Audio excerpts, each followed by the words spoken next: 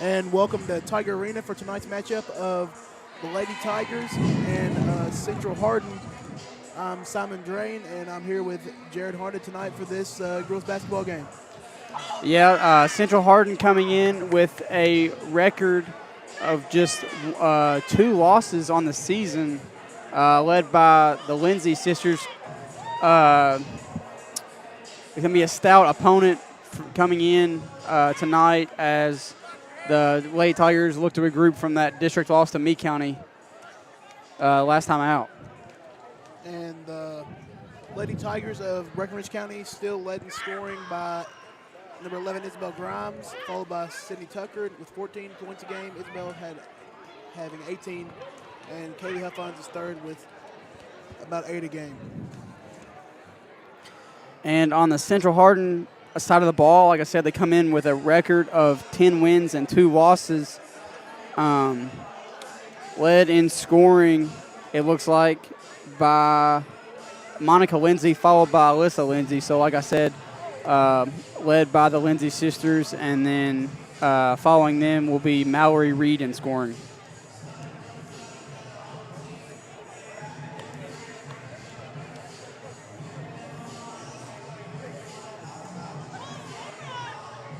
We got about 2 minutes and 30 seconds, it looks like, before tip-off. We have a few of the Lady Tigers out on the court. It looks like all of the Lady Bruins, but it's like a couple of the Lady Tigers starters late to come out on the court.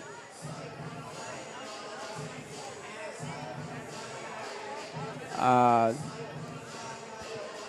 last loss to Meade County, Simon, the 2 things that had bitten the Lady Tigers offensively all season, free throws and seemingly layups, just couldn't convert between a lot of missed free throws and a lot of missed layups, and combine that with the fact that the Bradley girls scored 31 points, it'd be tough to win. Yeah, and like you said, I think we're going to have to limit the amount of shots that at least can open shots that the Lindsay sisters are getting tonight. And also, like you said, the free throws, those are easy ones. They're called free for a reason, so you got to make those. And, of course, the layups, too. Yeah, and the Lindsay sisters, they like to shoot it just like the Bradley girls, so we're going to have to limit their 3-point attempts, like you said, and just try to limit their field goal percentage because they're also leading the Lady Bruins in field goal percentage. So Central Hardin coming into the game, like Jared said, with a 10-2 record. Breckinridge County's coming into the game with a 12-3 record. So I think this will definitely be a good game on our hands. I think this will be definitely a guard-led game. Of course, the Lindsay sisters both being the guards for Central Hardin, and then our leading scorer, obviously Isabel, our primary ball handler. So I think the guards for both teams will definitely impact the final score tonight.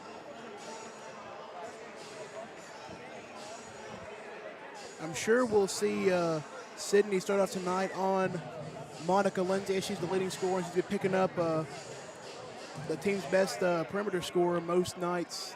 So I'm sure we'll see her starting off on Lindsay tonight. And I could be wrong, Simon, but I think the Lindsay sisters are both committed to Tusculum University in Tusculum, Tennessee. So that's where they'll be heading in the fall. And we'll take a quick break for the national anthem.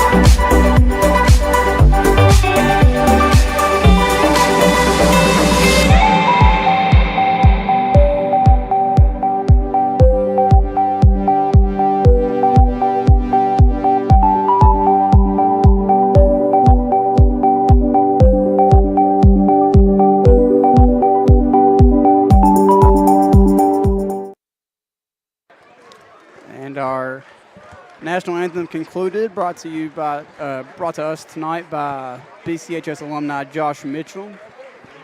One thing to focus on tonight, Simon, I noticed the last broadcast that we did together, it was Kaylee Huffines that got in foul trouble early, and against Meade County, it was Skylar Tucker to get in foul trouble early. Both are key rebounders for the Tigers, and I feel like it'd be a fair thing to say that our team is a little on the smaller side this year, especially with the middle schoolers that we have up on varsity. So I think it'd be very key to keep everybody out of foul trouble, especially our post players, because Meade County kind of ate us up on the boards as well the other night, and it's tough to win when they out-rebound us by that much.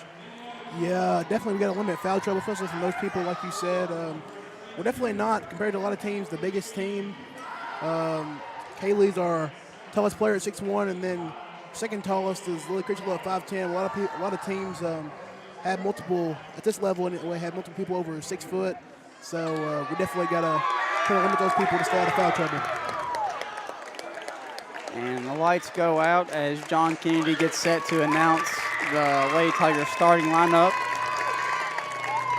Looks like it will be the same as it has been all season with the Tucker twins, Isabel, Lily, and Kaylee Huffines.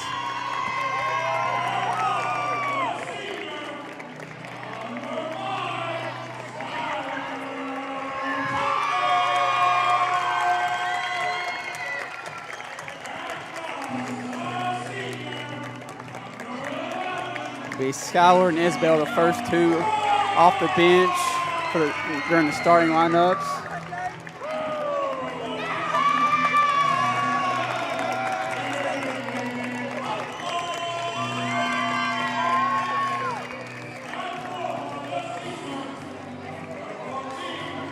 Kaylee and Sydney off the bench next, which will leave Lily Critchlow, and we will get ready for tip-off. Definitely a big game field tonight in Tiger Arena. This is definitely going to be a good one. One of the bigger student sections we've had of the year, I think, and quite a few people out tonight for a midweek game, so I think everybody knows it should be a good game between two good teams.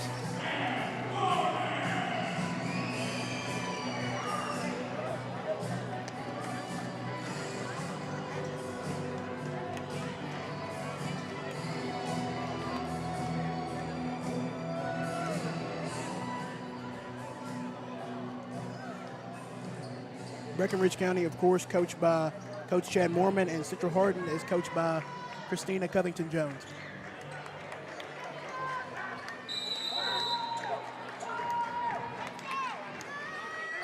And Huffines wins the tip as Sydney Tucker comes down with it, and she'll drive in and can't convert. So like we said in the pregame, free throws and layups bit us in the Meade County game, and the first field goal attempt is a missed layup by Sydney Tucker. Lindsay with the ball, trying to set something up for the Bruins. Drive by Lindsay, defended well by Isabel, and they'll reset.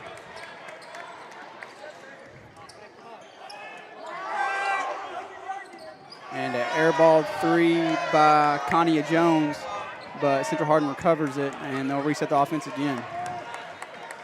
Yeah, we definitely got to try to crash the offensive or the defensive glass. We can't let them get second chance opportunities like this for them to convert, especially a good team like Central Hardin. And two straight air balls, and that one will go out of bounds. Good defense there. Lily Critchlow coming over to help, and Breckinridge County get the ball back.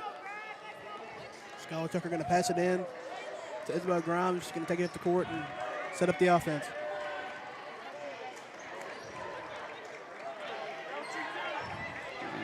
Isabel wait for the play to set up. And I think it's set up a little bit. And that'll be an and one for Kaylee Huffines, our first field goal of the game, and potential to turn into three. Definitely Kaylee Huffines is the future of this Lady Tiger team. She is the only player in the starting lineup for the Lady Tigers that isn't a senior, so she's going to be a big part of the future for the Lady Tigers. And she missed that free throw there, and the score will remain 2-0, and that'll be a pull-up by Lindsay, and it's good. So leading scorer Monica Lindsay, the first field goal of the game. And here's a drive by Schuyler and a baseline pass. And a three from Sydney is up and good.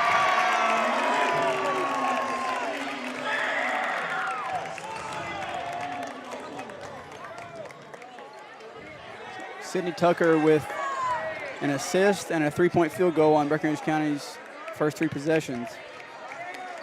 Breckinridge County hadn't been the best three-point shooting team this year, only shooting at 28.2%, but Sydney got that one to go.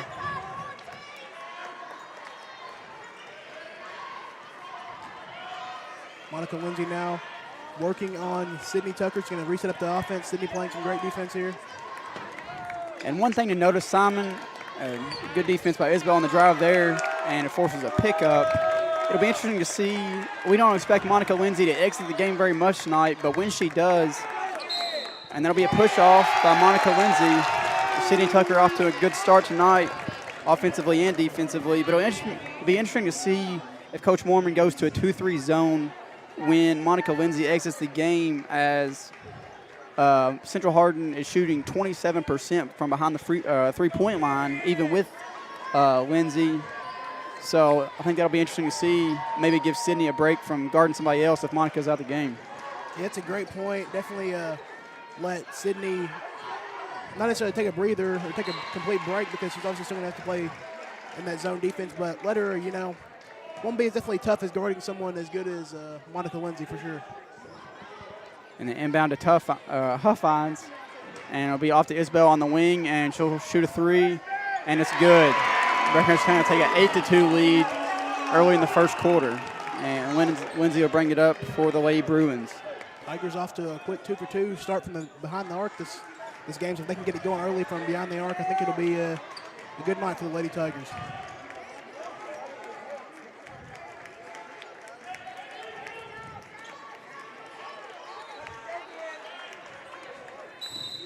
And that'll be another turnover as a moving screen. So 2 out of the first 5 possessions for the Lady Bruins have ended in offensive fouls. And Isabel Grimes will bring it back up.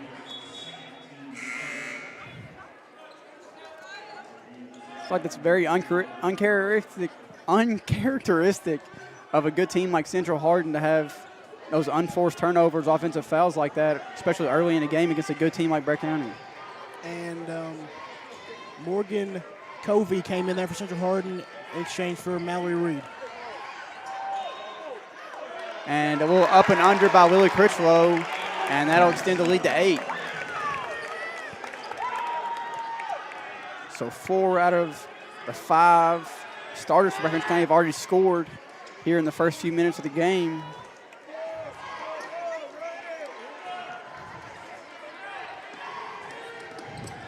Good help by Kaylee, and that forces a missed floater, and Critchlow will come down with it.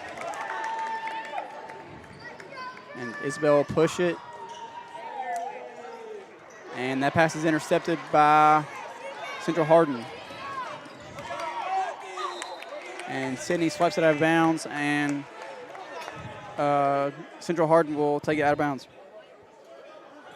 I think Breckinridge County's gotten off to such a good start here. They obviously have been shooting the ball pretty well, but I think it's the defense that's kind of sparked this run. There's another good defensive play by Sydney Tucker there to cause another missed shot by Lindsay.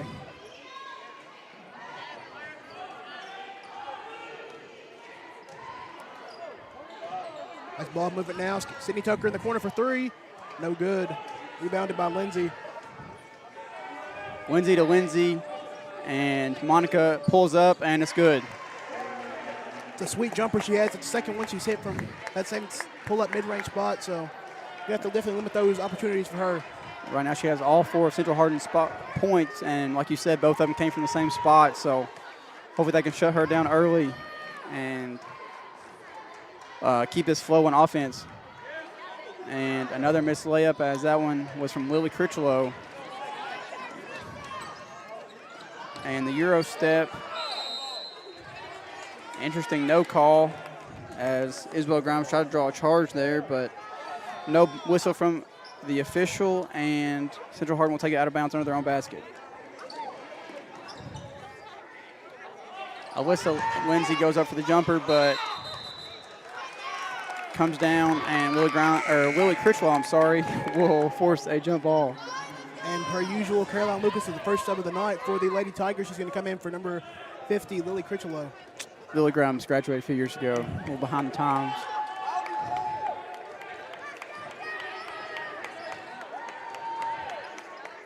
Off to Sydney, over to Isabel in the corner, and another turnover for Isabel as Lindsay comes out of the pile with it.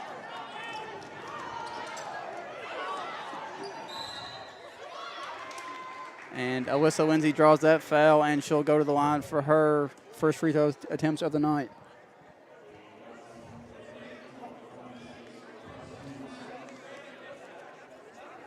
Well, interesting roster size differential tonight, Simon. Of course, we're rolling with the 8 on varsity, and Central Hardin has used every one of their seats available on their bench tonight.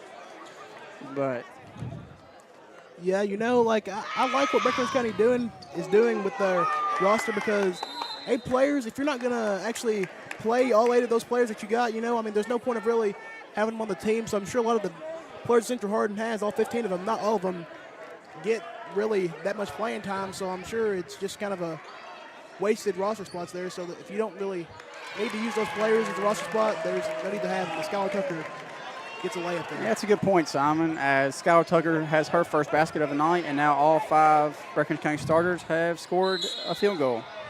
And Monica Lindsay will go to the free throw line now, as Alyssa missed her last 2.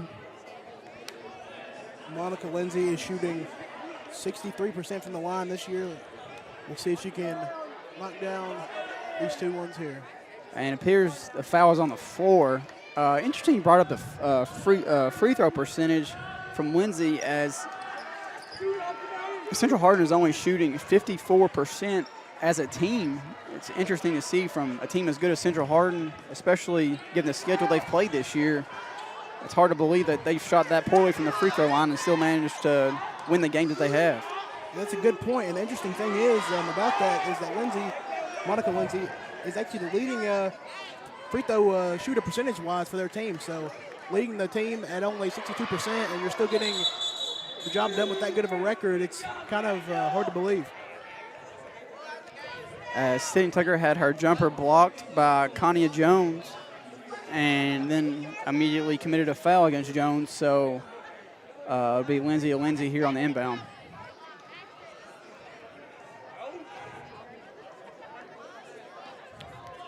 Looks like Alyssa will bring it up and set the offense.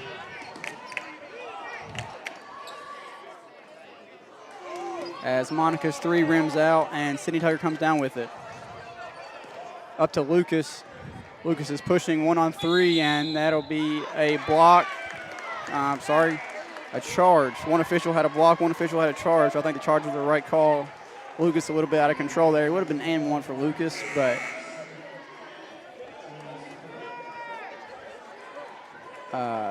as right after she commits that charge, Elizabeth Grimes comes in for Lucas.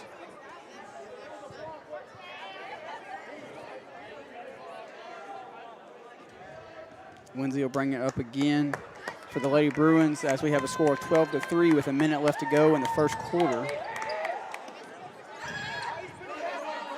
And a post move by number 25, Catherine Gray.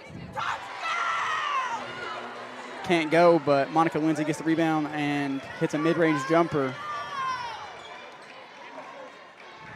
I'm sorry, that was Alyssa Lindsay. And it looks like Coach Mormon will potentially hold for the final shot of the quarter. I'm sorry, Skylar with a reverse layup there, and it looks like Central will get the last shot of the quarter down by 8.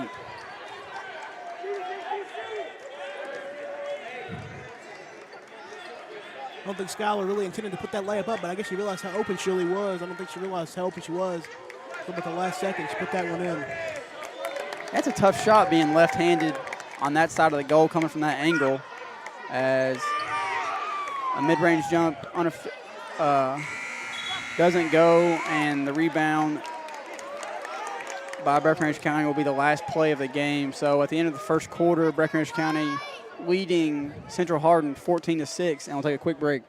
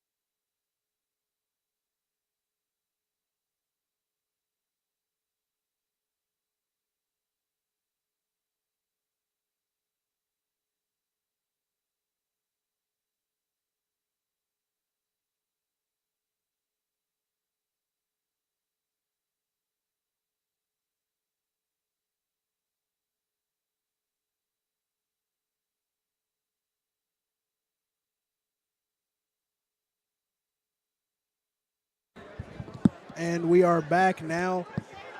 The beginning of the second quarter about to get underway, and the Lindsay sisters have all of the 6 points that Central Hardin has, but we only have limited them to 6 points in total as we have 14. So I think we've done a pretty good job to begin this game defensively.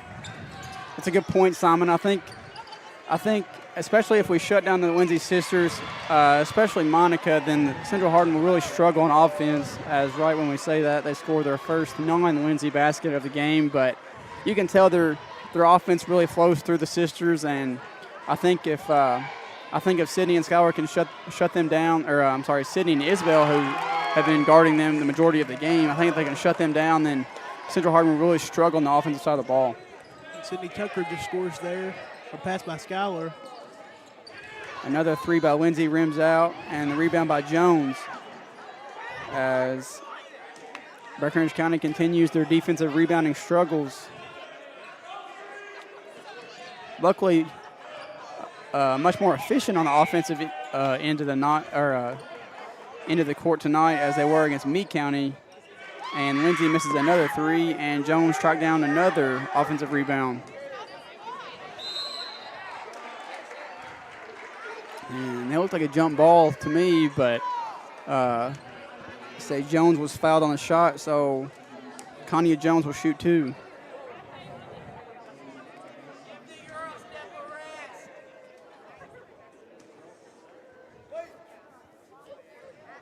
As Kanye Jones misses the front end of her two-shot foul. Lily Pitcher is going to come in now for Breckinridge County for Kaylee Huffines, and for Central, number 24, Juliana Stith is going to come in.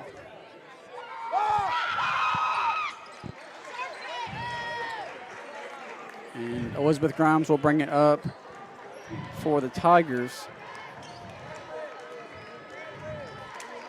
I kind of like whenever Elizabeth Grimes takes the ball off the court, it allows Isabel to try to get open more off the ball whenever she's not having to take the ball up herself and create for others on the team. So it gives her a lot more scoring opportunities, in my opinion. Yeah, I think that's definitely what Coach Mormon was hoping for when he brought Elizabeth up to varsity this year. As Elizabeth gets a rebound there, I think he kind of envisioned her being able to bring the ball up. Definitely a JV, hopefully in varsity along as she goes along the year, as she first scores a varsity bucket there. But I mean, it's a lot. You can ask Isabel. It's a lot easier to get open offensive looks when you're off the ball as opposed to on the ball, because obviously when you have the ball, all the defense attention's on you. But it's a lot easier to get those looks that Isabel's trying to get when she's off the ball.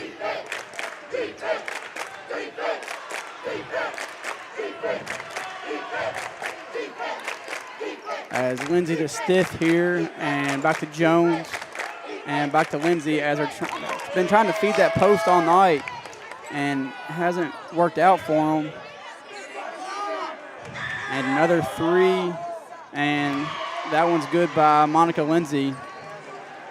It's a pretty good defensive possession there by Breckinridge County until they left Monica Lindsay open there for that three. It was a pretty decent closeout there also by Sydney Tucker, but she still got it to go.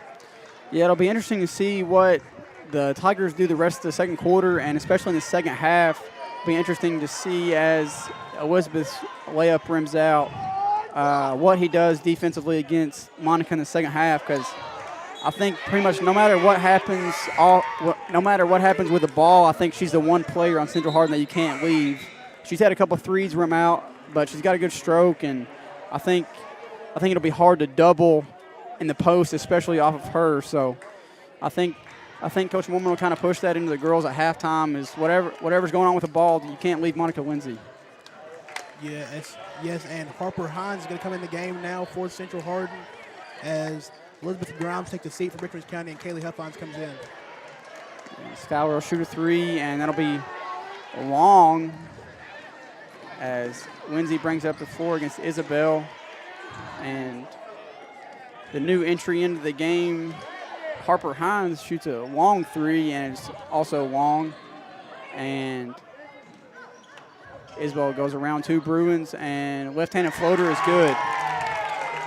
It's a tough shot for a right-handed kid, but she got it over the Bruins, as it looks like Caroline Lucas is about to re-enter the game. I'm not sure. I couldn't hear Mr. Kennedy when he announced it. Caroline may have 2 fouls. Yeah, I'm pretty sure she does. Caroline's definitely one of the more aggressive players that I've seen. She's not afraid to get after it. She gets physical on the defensive end of the ball, and you like that as a coach, but it also leads to a lot of foul trouble and a lot of free throws for the other team sometimes. Yeah, it's good and bad. It helps sometimes with the physicality that you need somebody like that on your team at times, but it also hurts, like you said, when getting in foul trouble and giving them free throws on the other end. And another missed layup by the Tigers as Kaylee Huffines got the size advantage she wanted but couldn't convert. And Monica Lindsay will miss another three, and it'll go out of bounds. Or I'm sorry, that was Alyssa Lindsay. Now I feel the pain of commentators when they commentate our games, because they have a hard time distinguishing Skylar and Sydney when you can't see their numbers. I feel their pain now that we're doing the Lindsay sisters on here. But we'll try to do the best we can.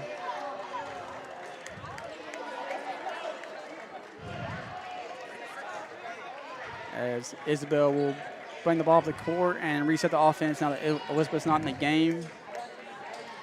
Speaking of Elizabeth not being in the game, looks like Callie Carby, another 8th grader, came in for the game.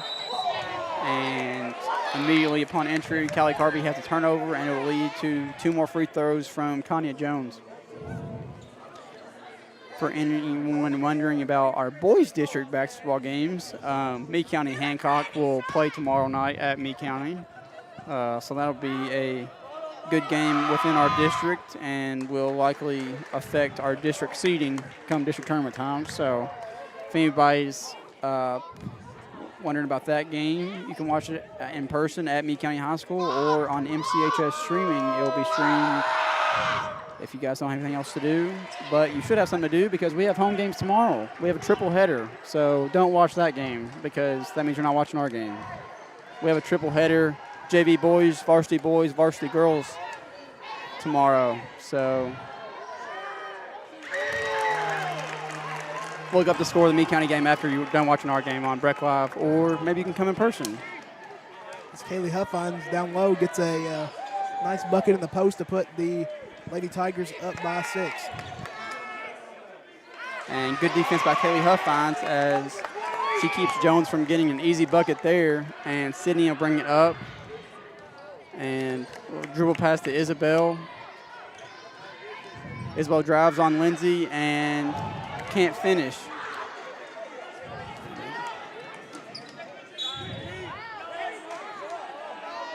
And that's a tough call against Kylie Carvey. I didn't think she did much wrong, but Lindsay drew the foul there, and she'll shoot 2.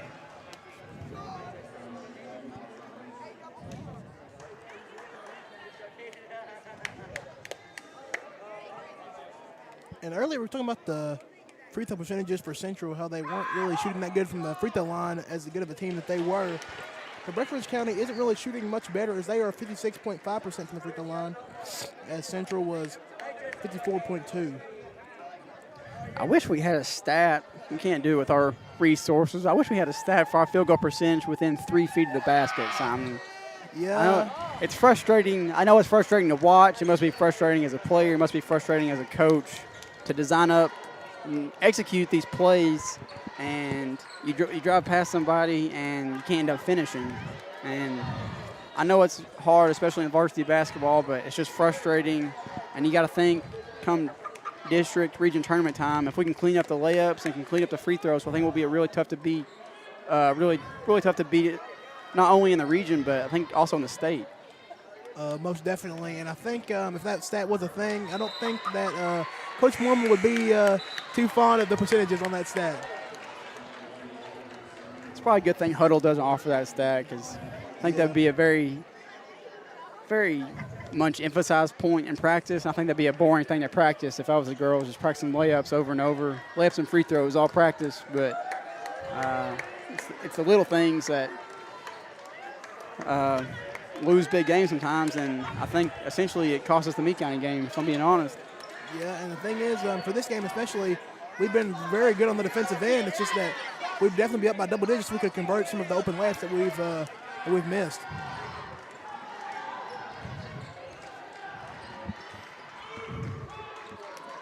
And Breckinridge County runs out of their high set, and Schuyler dribbles it off her foot, but Sydney takes it right back from stiff.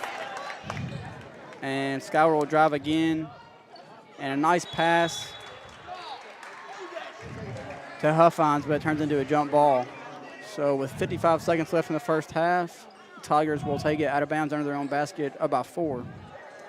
And Sydney is such a great high-effort player that a lot of players would have just, an open layup, they just going to let him have it. But Sydney runs the length of the court, tracks her down, and forces the turnover to give Breckinridge County the ball and prevent them from getting another 2 points. So that's just another great thing about Sydney Tucker, just an amazing defensive player putting it all out there.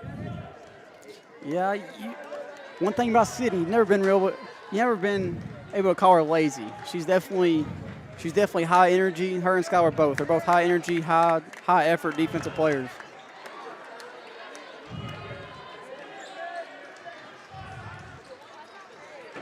If I had to use one word to describe it, I think it would be intense. Definitely. But I think it's a good quality to have, especially as a senior leader. And Isabel draws the foul on Alyssa Lindsay. And that'll be her first foul.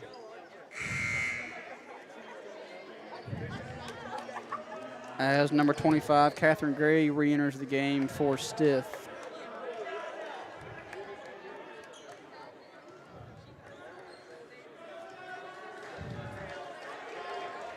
And Mormon will take the last shot of the half, as I think they're a little late on running their set, and Isabel will have to run an ISO, and she gets it taken away and throws it away. And Coach Mormon likely upset with how that last play of the half was executed, but as we go into the locker room at halftime, Breckinridge County with a 4-point lead, up 22-18, a low-scoring matchup with Central Hardin, and we'll take a break and be right back.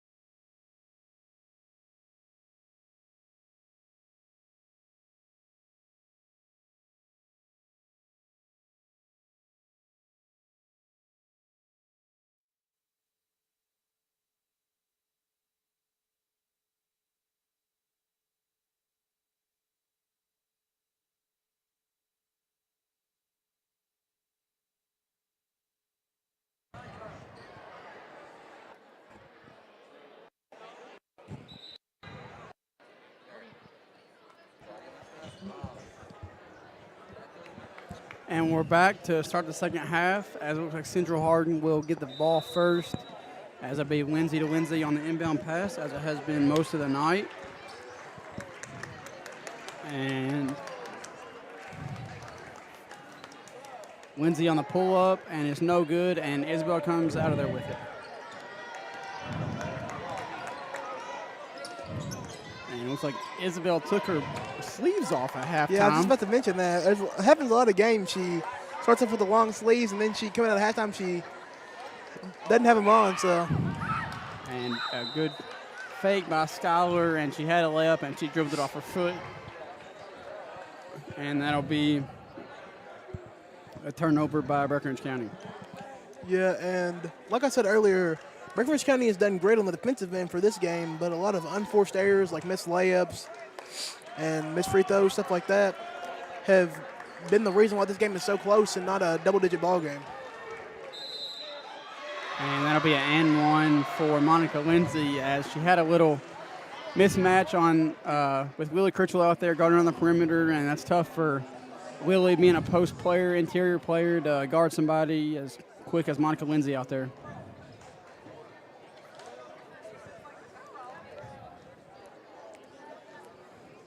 And the three-point play is not to be, as Lindsay misses the free throw, but Central Hardin comes down with another offensive rebound.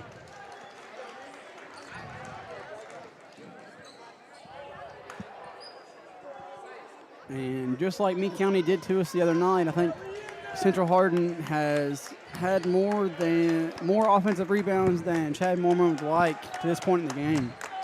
And Catherine Gray now puts up a shot over Lily Cucciolo, but well defended. As Grimes takes it up the court now, trying to extend this lead.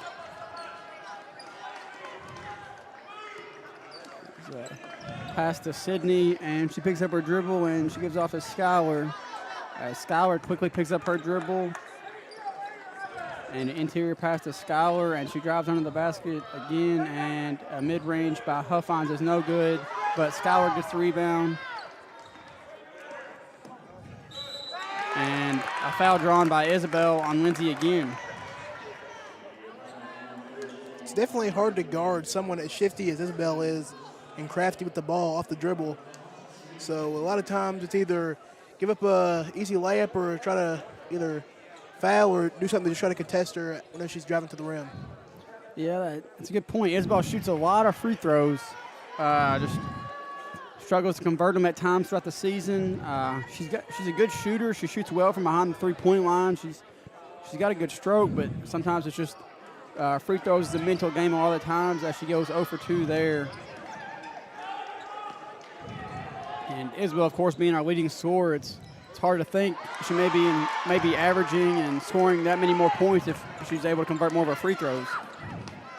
An emphatic block down on the other end by Kaylee Huffines leads to an Isabel Grimes layup to make it a 24-20 ball game in favor of Breckinridge County. And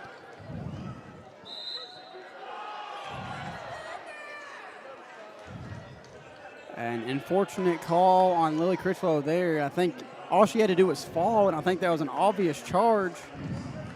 But Alyssa Lindsay will go to the free throw line to shoot 2.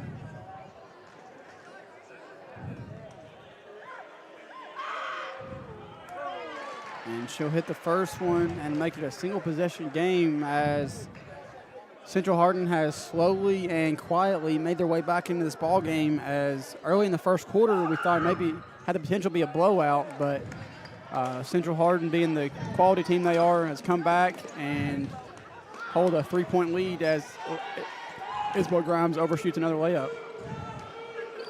Those are the kind of opportunities and unforced errors Breckinridge County that's keeping Central in this game.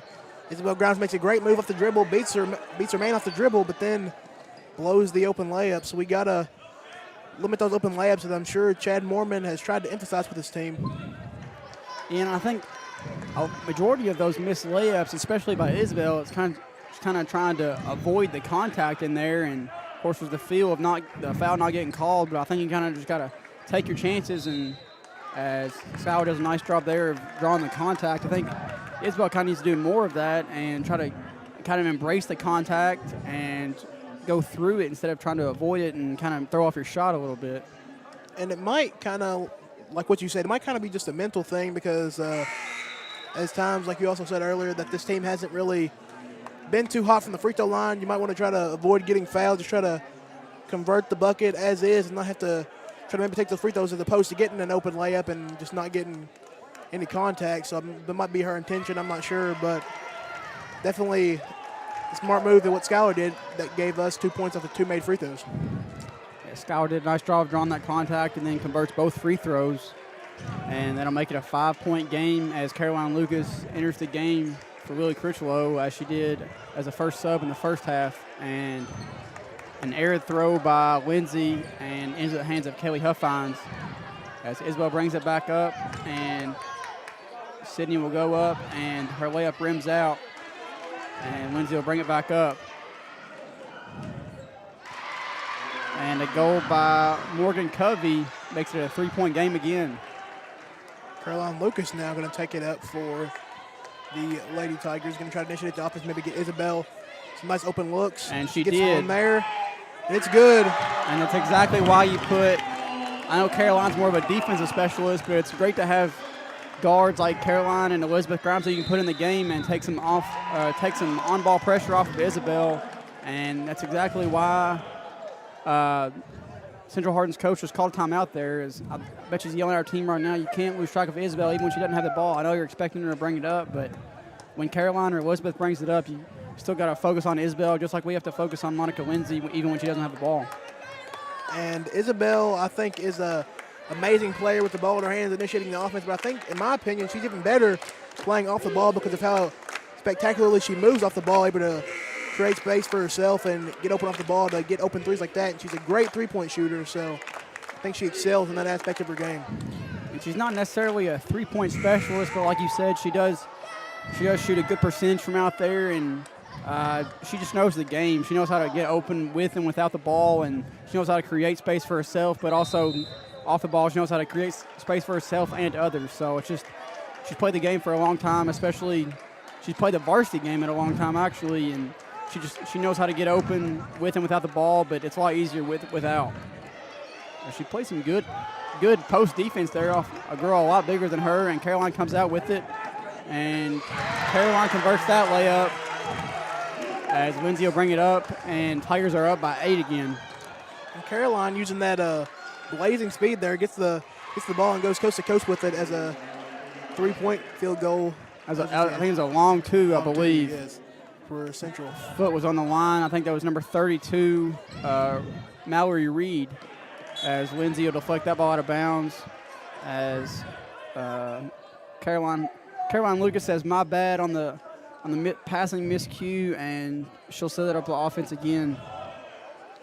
And as you kind of touched on a little bit on the other end, I think Isabel's definitely a very underrated defender. A lot of people focus on her scoring, which she is an amazing scorer, but she definitely defended the post great there, and she's done, in my opinion, had great defense on the perimeter against Monica Lindsay. As Alyssa Lindsay gets a chance for a 3-point play. And Sydney with a tough foul there. I think you kind of just got to smack the crap out of her arm, or you got to let her go. You can't do half and half, and that's what she did there. And Alyssa Lindsay with a chance to convert a 3-point play. But one thing to note, especially late in the game, coming up in the fourth quarter, Alyssa Lindsay's been guarding Isabel all night, and with or without the ball, Isabel is it takes a lot of energy to guard her. She's always moving. She's quick, and it'll be interesting to see if Alyssa Lindsay can keep up the offensive intensity, because she's had a long night on the defensive end trying to keep up with Isabel. So we'll see if her legs are strong enough to keep it going on the offensive end, especially Monica's kind of cooled down in the second half. Yeah, and on that Alyssa Lindsay 3-point play, like my dad always says, if you're going to foul him, foul him. You can't just half and half and just give an opportunity to get a 3-point play, which is definitely what we did on that the defensive end there. Yeah, definitely wasn't a half and half foul by Morgan Covey, as she fouled Schuyler so hard the ball went out of bounds. But Schuyler will shoot 2, and hopefully she can convert these 2 like she did her last. And the first one rims in. Make it a two-possession game as Elizabeth comes in for Sydney. And it's like Lily will come in probably for Skylar. And she will indeed come in for Skylar. Skylar Tucker's been great from the free throw line in this game. Has made all of her free throws so far. Definitely, it's something that the Lady Tigers definitely, I'm sure, have been working on, and she's definitely done a great job of it in tonight's game. And with Sydney Tucker out, like we expected, Isabel moves over to guard Monica Lindsay, and Caroline will move over to guard Jones. As Monica with the ball now, driving on Isabel. Oh, it's a tough call.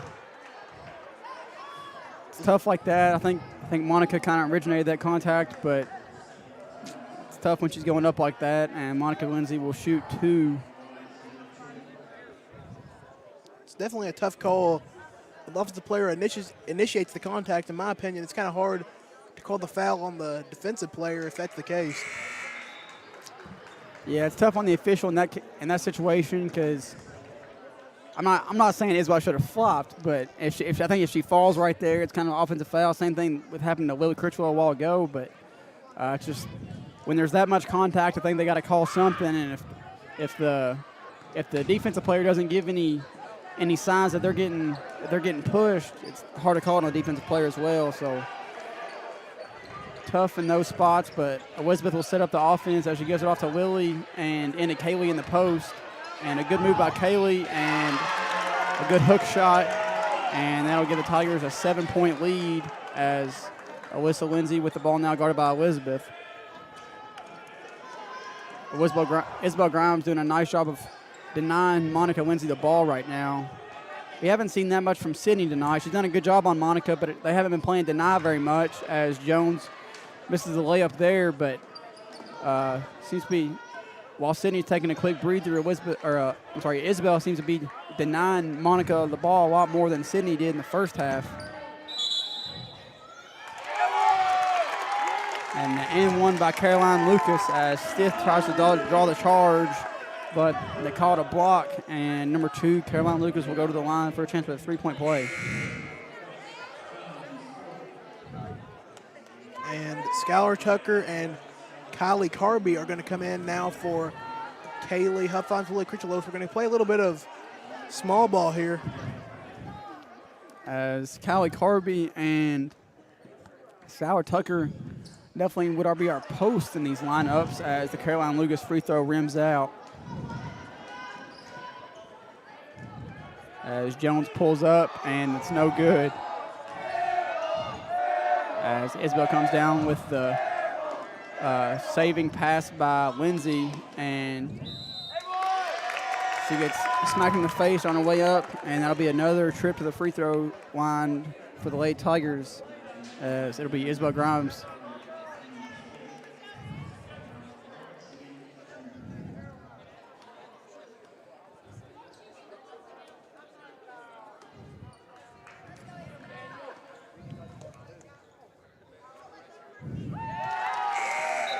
First free throw is good for Isabel Grimes to make this a double-digit lead.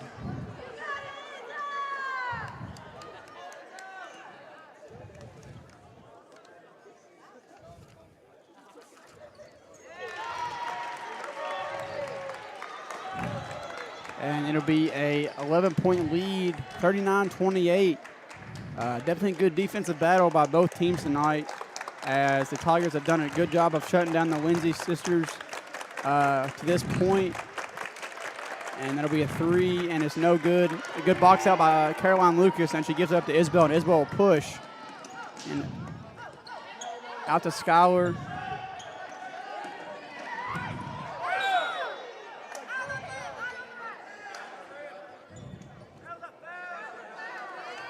And Caroline Lucas slow to get up. I thought she got kind of tripped a little bit. No call, and she'll come out of the game. May need to get the back of her head looked at. Definitely looked like she got definitely Definitely something there. Had to have been a foul of some sort, I thought, but I guess not. And Lindsay drives past Isabel, and the floater is good. And it's 5 seconds left now. A pull up by Isabel, and it banks in. So Tigers will take a 42-30 lead heading into the fourth quarter off a banked in buzzer beater by Isabel Grimes, and we'll take a quick break and bring in the fourth quarter.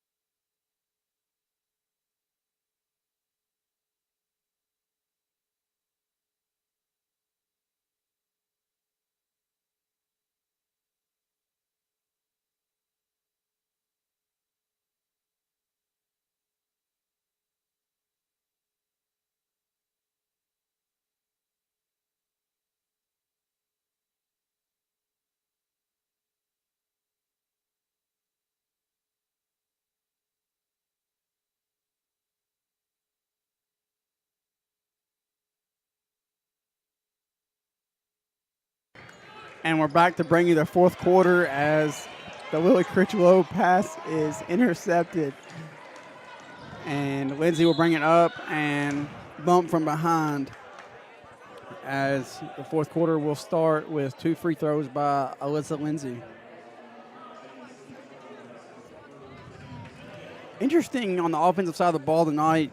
We knew the sisters would be the key players, especially on offense for the Bruins, but especially coming into the game and early, and even in this game, Monica seemed to be the more aggressive and both the more aggressive and the more efficient of the two. But especially in the second half, Alyssa has kind of put the hammer to the nail and drawn quite a few fouls and put up a lot more shots in the second half than she did in the first. And I think it's kind of taking a few shots away from her sister. I'm not sure Monica scored in the second half, Simon. Yeah, I'm not sure either. In the first half, definitely she was their focal point of the offense. So,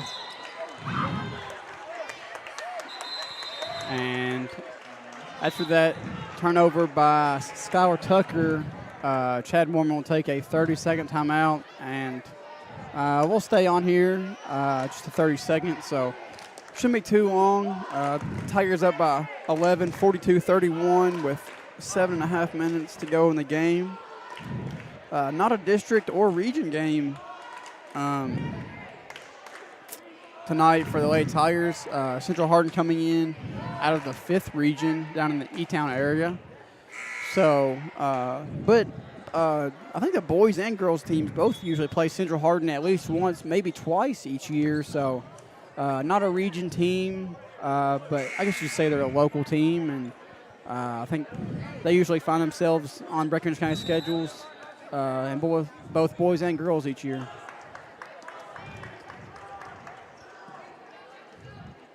Monica Lindsay now going to take it up for Central, trying to create some offense here, trying to get a spark going. Good interior defense there by Lily Critchlow as Sydney pushes the pace, trying to get up the court here, set something up. She was held up by Jones, and Skyward will look to start something on offense as she makes a good pass to Huffines. And I thought it was an and one, but no call, and Skyward will get the 2 points.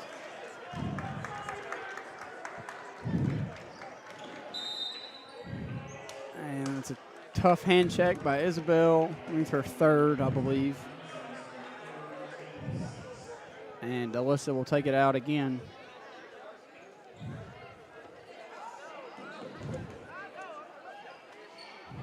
And I'm sorry, that was Monica taking it out, and Alyssa has 2 attempts at the basket, but misses both of them, but Monica gets the rebound. And that's a walk by number 25, Catherine Gray, and Sydney will take it out of bounds for the Lady Tigers.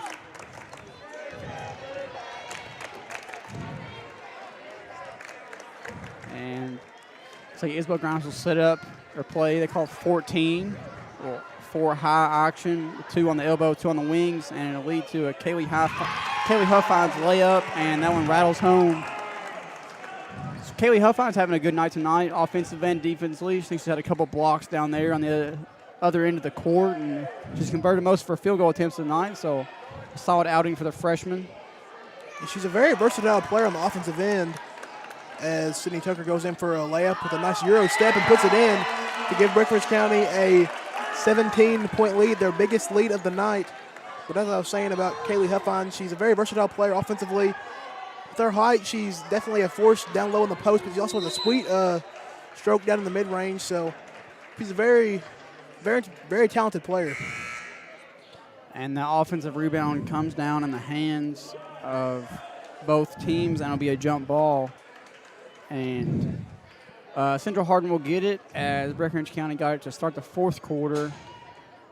I think we're going to come out of the game, come out tonight with a win over a very solid Central Hardin team. But like we mentioned in the pregame, the struggles for the Tigers still remain the same. I think, Simon. I think Skylar Tucker had a good night from the free throw line, but I think as a team, they still haven't met the satisfactory mark of Chad Mormon just yet, both on the layups and the free throws, as that'll be a 30-second timeout called by Central Hardin. But still, the layups and the free throws and the defensive rebounding, I think Kaylee Huffines and Lily Critchlow both do a nice job rebounding on the offensive end, but just when the other team goes up for a shot, I think sometimes they struggle to find a girl to box out, and struggled more in the Meade County game than tonight, but still tonight you could see flashes of just the struggle to defensive rebound the ball. And the rebounding, I feel like that's definitely a focal point of stuff that Chad Mormon wants to improve on. But then again, Breckinridge County definitely is not a very big team size-wise, so that kind of hurts them by default on the rebounding end. But it's all about effort, regardless of the height and the size. If you put in enough effort to box out the opponent, you're going to get most of the rebounds. I don't know. That's a good point, Simon, with the size. I think Huffines and Critchlow both start the game and usually start the second half. But if you kind of pay attention to the subbing patterns of Coach Mormon, they're rarely in the game together. Lily Critchlow is usually the first one out of each quarter, with Caroline Lucas coming in for her, is usually the first sub of each quarter. Assuming that the starters start that quarter, but so rarely are Huffines and Critchlow both in the game together. So it may be deceiving when you look at our starting lineup. You may think we're decent size, but really when you consider who's in the game together at most points in the game, usually only one or the other is in the game at any given time.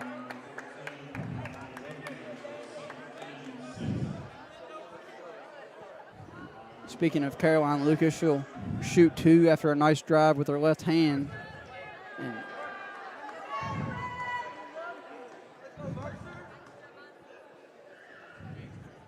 the first one is up and short.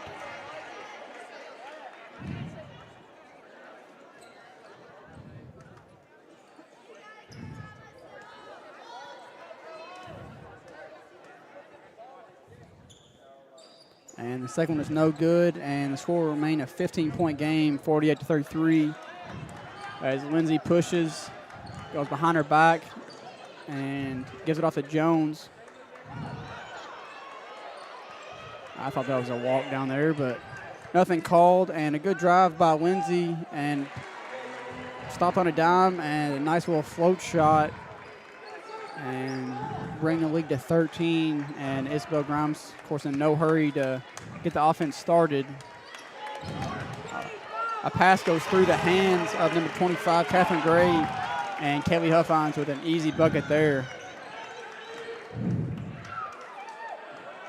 And the three is good again by number 32, Mallory Reed. She hasn't got much minutes tonight, but I think she's made the most of them, especially down in the opposite corner. She's at least 2 for 2, maybe 3 for 3 from down there. Kaylee wanting the ball again down low, but swatted away this time by Gray. She's definitely frustrated with herself after the last possession. She had a chance to get a steal off the same exact entry pass that just now happened, and she let go through her hands and gave a wide open layup to Huffines.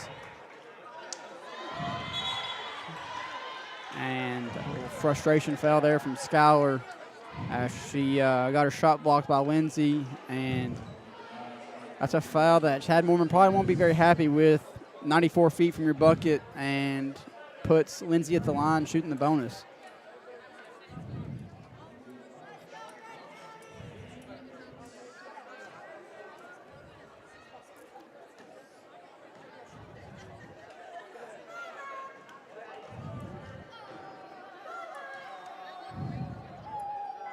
And Lindsay's first free throw is up and good.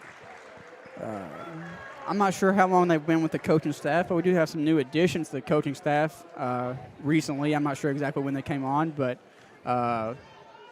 Mary Hinton and Natalie Tabor both joined the coaching staff for the Lady Tigers tonight. Both former players. Natalie, class of 2020, she went on and played collegiately at St. Thomas More up in northern Kentucky. I'm not sure what year Mary graduated. She's that's a little bit farther down the line, but she does have a younger sister in the program, Emily. She's just a freshman, so as Isabel goes up for a layup there, and foul is called. I'm not sure if this will be the bonus or a two-shot foul, but we'll see.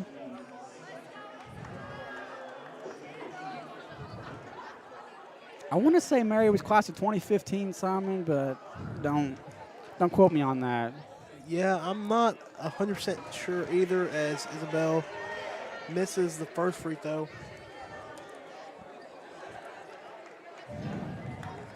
And the second free throw coming for Isabel, as it was a two-shot foul, and it's up and good.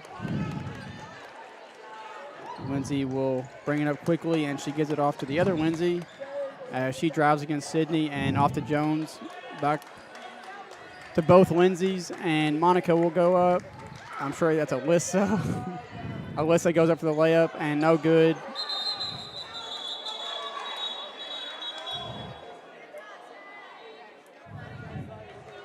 And Coach Mormon thought he got away with the call the timeout there, but I think it's pretty obvious. Nobody had possession of the ball. But it'll be white ball anyway, as Mormon gets away with one there, but almost got the timeout. But I think everybody in the gym knew that nobody had control of that ball when the timeout was called. So with just under 3 minutes to go, the Tigers up by 12 as a full court press now being applied by Central Hardin as Isabel falls down, but gets it back to Schuyler, and Isabel will bring it up now. Drives past Jones, and the bounce pass tipped away and into the hands of Monica Lindsay. Lindsay on the break gets fouled, but it's blocked, actually, I thought, but I thought that was all ball. But it's going to call a foul. It's going to send her to the line to try to make this a 10-point game.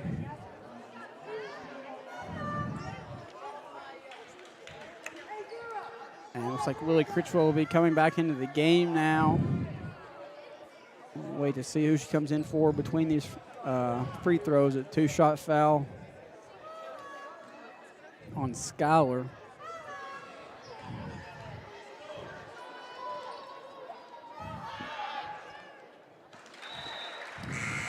Lily comes in for Caroline. And Catherine Gray re-enters the game for the Lady Bruins.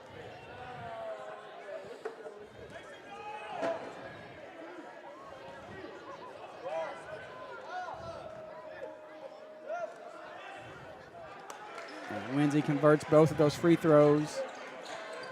Huffines trying to get the ball in now. And passes it in to Isabel, but Chad Mormon calls a timeout. So with a 10-point lead with 2 minutes and 41 seconds left to go in the game. It'll be a 30-second timeout by Chad Mormon, so we'll stay with you. Like we said, tomorrow night, it'll be a triple header. 2 of those games will be on Breck Live. The varsity games between the boys, they will play North Hardin, I believe, and the girls will follow that. I believe start time is supposed to be 7:15 and maybe a few minutes later, but I believe the varsity games are supposed to start at 6 o'clock and 7:15. The boys will play the Trojans of North Hardin, and the Lady Tigers, I believe, will play Bardstown, also from the 5th region, I believe. So 2 nights, 3 different 5th region opponents for both the boys and girls teams. The JV game tomorrow night starts at 5 o'clock. It will not be on Breck Live, but if anyone wants to come out and watch that in person, it will start at 5. The JV boys, that is. Isabel going to slow it down now. Maybe trying to waste a little bit of clock, but Jim Dribble gets the ball to Lily. Sydney Tucker now down low, and she draws the foul. Nice job of Sydney right there initiating that contact and going up strong.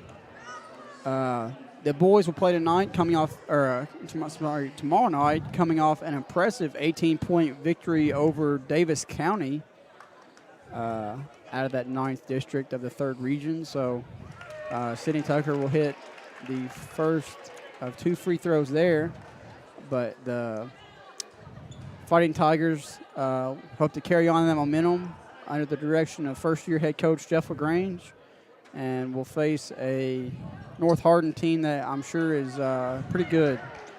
So it'll be a good test for LaGrange and the kids, as both games I'm sure tomorrow will be against good opponents. I believe Bardstown's probably pretty good as well. I think that 5th region's probably usually pretty strong in both boys and girls basketball, but Sydney Tucker will hold up and wait for the rest of her teammates to join her on that side of the court. But it should be a good game tomorrow night, all 3 games. So try to make it out, but if you can't, join us on Breck Live, and we'll broadcast the latter 2 of the 3 games. And that'll be an N1 for Huffines. I was about to say the game is now down to single digits, but Huffines with the great N1 play there to put the Tigers back up by 11, and Huffines looking to make it 12. A nice pass by Schuyler. Schuyler likes that left-handed baseline drive. She is left-handed. She's a lot stronger with her left, but it's a good move for Coach Mormon to out there to put her on this side of the court where she can drive baseline with that left. Driving baseline just opens up so much for the offense. That's why on defense you're never supposed to let anybody drive baseline. It's always cut off baselines, force them in the middle, but Schuyler's done a nice job tonight several times. Driving baseline and opening up her teammates. As another Lindsay 3 rims out. And Isabel Grimes will try to soak away a little bit more of this clock. And correct me if I'm wrong, Jared, but I think I haven't seen either of the Lindsay sisters come out of the game so far tonight. I believe that's true, Simon. I made the point earlier what Coach Mormon would do defensively when Monica came out of the game, but as I thought about that at halftime, but I didn't know for sure, so I didn't want to say anything. But I thought I noticed that too, and neither one of the sisters came out of the game. As an assist from Lindsay to Jones there, and game back down to single digits with less than a minute to go in the 4th quarter. Isabel drives around Jones there. And that'll be a foul on the floor as Isabel will shoot the 1-and-1.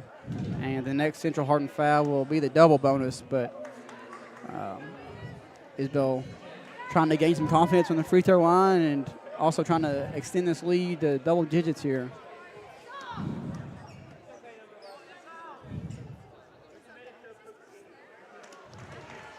I'm sorry, that was the 10th foul. The scoreboard is a little late updating, so now we're already in the double bonus.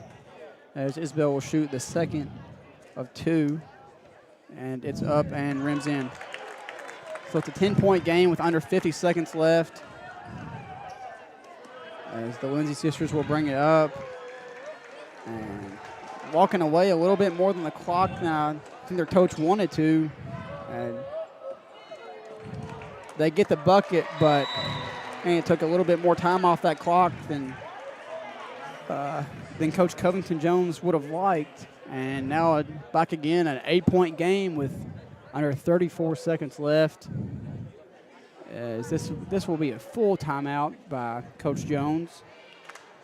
As I'm sure Coach Jones drawing up a press, try to get a trap. I think you go for the turnover first and then probably foul. As much as I hate to say it, Simon, I think if you're going to be down late in the game, I think we're one of the teams that you'd be want to play in. As we've struggled from the free throw line all season. We have done better tonight. Skylar's knocked down most of hers, and Isabel's knocked down her last one. So, but just the little things. I think we're going to come out with a victory tonight, but just the little things that Coach Mormon, I'm sure, will secure in practice, and I think we'll have them ready to go by district tournament time. Yeah, as of now, we are definitely not a team that Coach Mormon would like to play the free throw game with towards the end of close games like this. So, like you said, I'm sure they will have that issue straightened out by district tournament time. And it'll be Isabel taking it out here and Sydney takes it out and gets it into Isabel. A trick play by Coach Mormon there. I think Jeff LaGrange actually drew up that play the other night. I'm not sure. Well, I don't know if it was a Davis County game or the boys game before that, but Coach LaGrange likes going to that play a lot. We'll out of bounds pass to start the press break, but it does its job and gets Isabel the ball back. She goes back to the free throw line, and this one is nothing but net.